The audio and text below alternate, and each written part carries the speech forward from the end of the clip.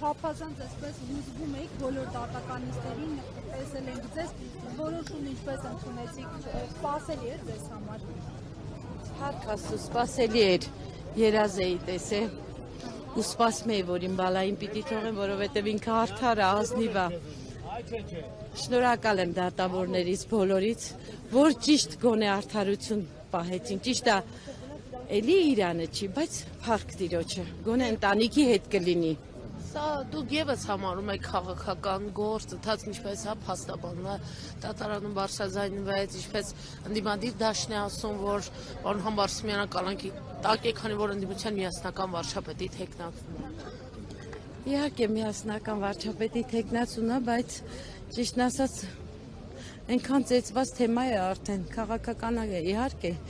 ազնիվ է ինքը, ամեն հարցում ինքը կարդարան է։ Այստեղ քաղաքացիները կանգնած են հակառակ անբարենպաստ եղանակային պայմանների նախորդ դատականիստներ, այս քաղաքացիների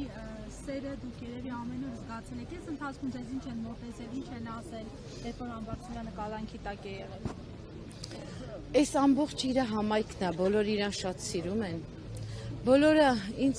մոտիկանում էին, ասում են ախր ինքը պետք է չլինի, ինչով կարող ենք օգնել։ Մենք ոչ մեկին չենք ստիպել, որ իրան գան, իրանց կամքով եկել են, իրանց համայնքապետին ուզում են տանեն։ Բոլորը շատ սիրում են, հարգում են։